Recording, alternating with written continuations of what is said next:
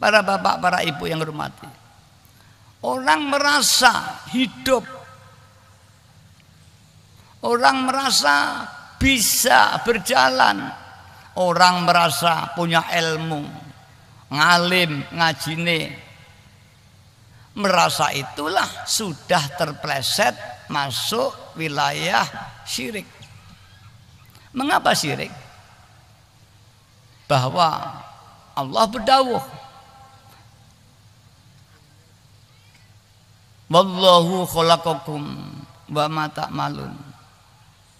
Allah lah yang menciptakan kamu semua. Kamu hidup bukan hidup karena dirimu sendiri, tapi dihidupkan Allah. Bukan sekedar karena proses lahirnya. Hidup kita tidak bisa lepas dengan Allah. Seperti lampu ini tidak bisa lepas dari PLN atau genset. Kalau itu dimatiin, seketika semua mati semua. Wujud kita tidak bisa lepas dari wujudnya Allah Subhanahu wa Ta'ala. Ini dalam kajian tasawuf. Tapi kalau kita syariat, ya tetap ada. Kita diwujudkan Allah dan sebagainya.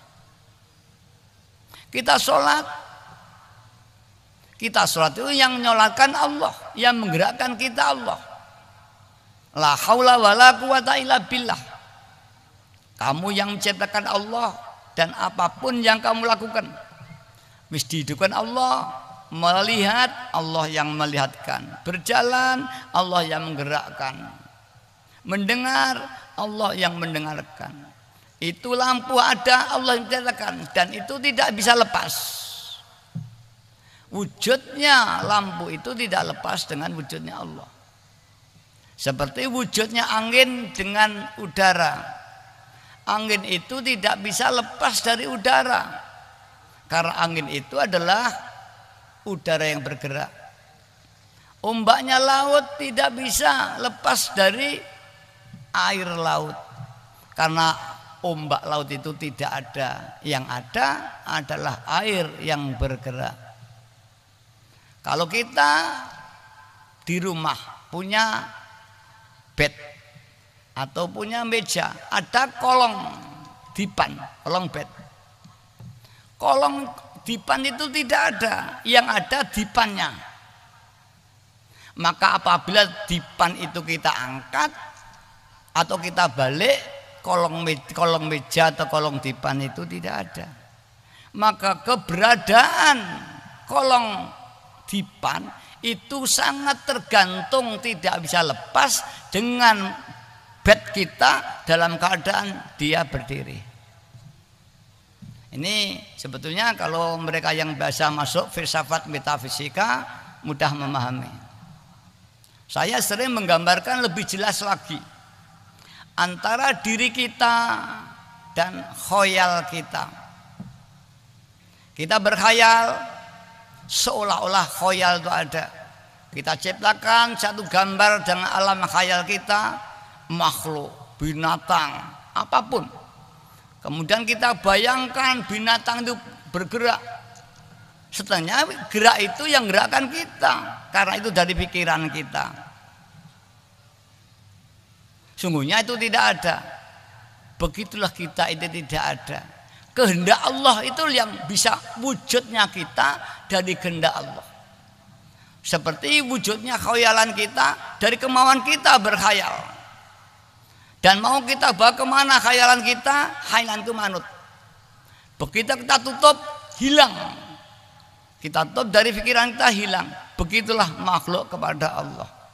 Dengan kehendaknya Allah kun, maka terciptalah. Dan ini tergantung, tidak bisa lepas. Seperti ombak dengan air, es dengan air, khoyal dengan kita. Kita dengan Allah tidak bisa lepas dari sifat iradahnya Allah dan kudrohnya Allah. Ketika itu dilepas dari iradah dan kudrohnya Allah, dari kehendak dan kuasa Allah, hilang. Seperti kita berkhayal, hilang dari kemauan kita, hilang. Inilah sungguhnya Yang di bacaan Jawa orang yang menyatakan itulah manunggal kaulo dengan Gusti. Ini saya ilmiah. Tapi pengertian mudah ditangkap. Tapi zauqi hati sangat sulit. Ingat aja kepada Allah sulit, apalagi merasa dirinya tidak ada yang ada Allah. Itulah iman al-kamil. Maka iman inilah iman zauqiyah namanya. Bukan ilman keyakinan atau akliyah. Bukan iman ilmiah. Dalam bahasa tasawuf ada ilmu yakin, ada ainul yakin, ada hakul yakin.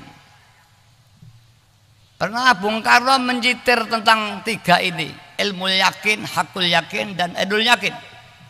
Dalam bukunya Bung Karno menemukan Tuhan.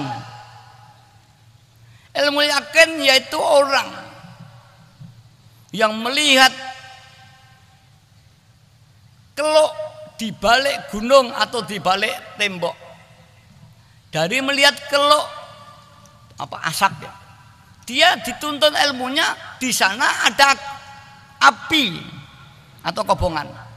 Tapi dia belum melihat apinya. Belum merasa panas.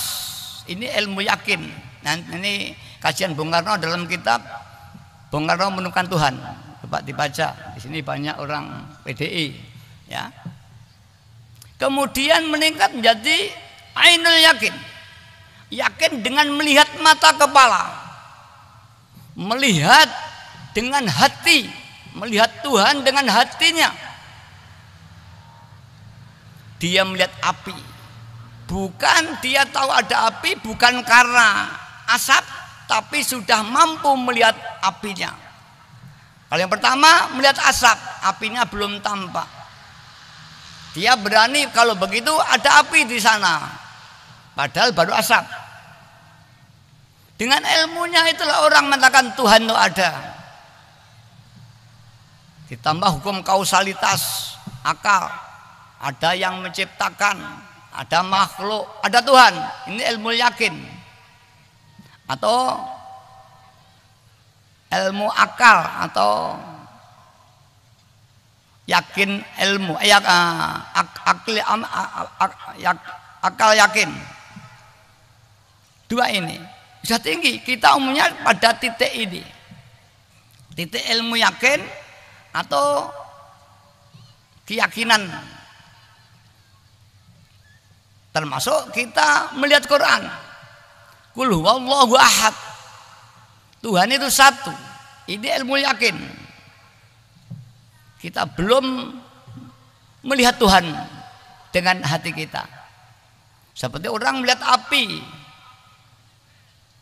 Belum pertama melihat asap, dia yakin ada api. Ilmu yakin. Kemudian melihat api. Dia yakin ada api karena sudah melihat.